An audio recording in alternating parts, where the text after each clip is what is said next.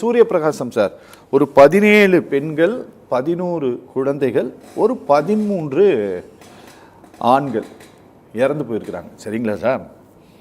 அந்த வீடியோவில் சொல்கிறாரு, கரூரில் இருக்கக்கூடிய மக்கள் பேசுகிறதெல்லாம் நான் பார்த்துட்ருக்கிறேன், கடவுளே வந்து பேசுகிற மாதிரி இருக்குதுன்னு சொல்லிட்டு அவர் சொல்ல வர்றது, இந்த 41 பேருடைய மரணமும் திட்டமிட்டு நிகழ்த்தப்பட்டுள்ளது அப்படிங்கிற விஷயத்தை இன்டைரக்டாக சொல்ல வராகிறாரா?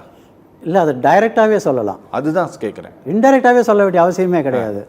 ஏன்னா சந்தர்ப்ப சூழ்நிலைகள், அந்த சாட்சியங்கள், அது நடந்த விதம், அதெல்லாம் வச்சு பார்க்கும். இது வந்து ஒரு சினிமா மாதிரி இந்த சம்பவம் நடந்திருக்கு. ஆமாம், கண்டிப்பாக. அது வந்து ஒரு கிளியர்லி பிளான் பண்ணி இது பண்ண மாதிரி தான் சாதாரண மனிதர்கள் கண்ணுக்கு தெரியுது. ஏன்னா அலையாக கூட்டம் வருது, அந்த டைமில் லத்தி சார்ஜ் பண்ண வேண்டிய அவசியம் இல்லை. ஆம்புலன்ஸ் வந்தால் வந்து கூட்டம் வந்து ப்ரெஸ் பண்ணுறது எல்லாம் காமன் மேனுக்கு தெரியும். அந்த டைமில் போலீஸ் லத்தி சார்ஜ் பண்ண வேண்டிய அவசியம் இல்லை. அந்த ஆம்புலன்ஸ் வந்து எம்டி ஆம்புலன்ஸுன்றாங்க. கன்ஸ்பைரசி தியரியை சொல்கிறதுக்கு எல்லாருக்குமே உரிமை இருக்கா இல்லையா? என் பேரில் நீங்கள் குற்றம் சாட்டுறீங்க, நான் இது மாதிரி கன்ஸ்பைரசி இருக்குன்னு சொல்லி அது இன்வெஸ்டிகேட் பண்ணது போலீஸு. அதில் என்ன தப்பு இருக்குது? ஏன் விஜய் அதை சொல்லக்கூடாதுன்றீங்க? இது மாதிரி சதி நடந்து இருக்குன்னு சொல்கிறதுல என்ன தவறு இருக்குது? பொதுமக்கள் எல்லாரும் தான் சொல்கிறாங்க, விஜய் மாத்திரமா சொல்கிறாரு. அதுதான் அவர் சொன்னார், தெய்வமே வந்து பேசுகிற மாதிரி இருக்குன்னு சொல்லி. இன்றைக்கி நீங்கள் விஜய் வளர்ச்சியை உங்களால் பொறுத்து கொள்ள முடியல, அவருக்கு வர மக்கள் ஆதரவாக உங்களால் பொறுத்து கொள்ள முடியல.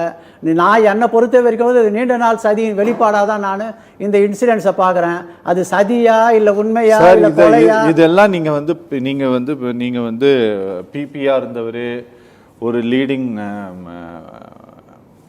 ஒரு கிரிமினல் அட்வொகேட்டு, இது எல்லாமே எனக்கும் தெரியும். சரியா? அதனால் இப்போ நீங்கள் சொல்லக்கூடிய நீங்கள் வந்து ஒரு கற்பனை குழந்தையை பெற்று அந்த குழந்தைக்கு உயிர் கொடுத்து அதை வளர்க்க விரும்புகிறீர்கள், அதை நீங்கள் செஞ்சுக்க. ஆனால் இதெல்லாம் கோர்ட்டில் நீங்கள் சொல்லக்கூடிய இதெல்லாம் எடுபடுமான்னு சார்? எவிடன்ஸ் வந்து போலீஸ் கலெக்ட் பண்ண sir, investigating officer sir duty sir. ஏகப்பட்ட தியரிஸ் ஃப்ளோட் பண்ணுவாங்க, அதெல்லாம் எல்லாத்தையும் வந்து எது பாசிபிள், எது இம்பாசிபிள், எது நடந்திருக்கும், எது இதனால ஏற்படக்கூடிய சமூக பதற்றத்தை அதை குறித்தெல்லாம் நீங்க கவலைப்படணும் சார். இது ஒரு அஃபென்ஸ் நடந்து போச்சு, சமூக பதற்றத்துக்கு இதுக்கு சம்பந்தமே கிடையாது. 1000 சமூக பதற்றம் இருக்கும். அது வந்து ஒரு கிரைம் நடந்திருக்கா இல்லையா, இல்ல அது ஆக்சிடென்டா இல்ல இது ஆக்சிடென்ட்டே கிடையாது, இது கிரைம்ங்கறீங்க. இது கிரைம். அது யார் இன்வெஸ்டிகேட் பண்ணணும்? அது போலீஸ் இன்வெஸ்டிகேட் பண்ணணும். நானும் நீங்களோ எப்படி சொல்ல முடியும் இது ஆக்சிடென்டல்னு?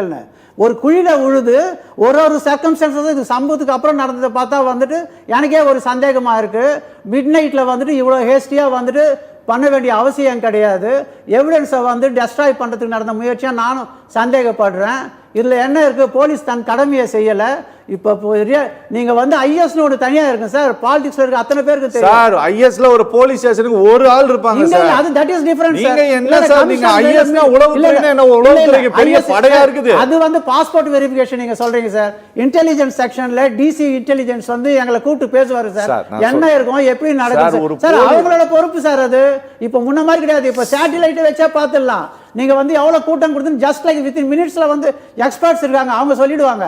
இவ்வளவு 4 இதெல்லாம் விசாரணையில் தெரிய வருவதற்கு முன்பாகவே ஒரு பெரிய பார்ட்டியினுடைய லீடர் இதுக்கு பின்னால ஒரு சதி இருக்குங்கிற மாதிரி பேசுறதுங்கிறது நியாயம். கரெக்டா 100க்கு 100 நியாயம். அவர் சொல்றது 100க்கு 100 நியாயம். அதை கண்டு சதியா இல்ல வேண்டுமென்றே செய்யப்பட்டதா, திட்டமிடப்பட்டு செய்யப்பட்டதா, இல்ல ஆக்சிடென்டலா நடந்ததுன்னு சொல்ல வேண்டியது போலீஸ். விசாரணை கமிஷன் கிடையாது. விசாரணை கமிஷன் அந்த அதிகாரம் கிடையாது. இன்வெஸ்டிகேட்டிங் பவர் அவங்களுக்கு கிடையாது. போலீஸ் தான் பண்ணணும். அதை போலீஸ் பண்ணட்டும்.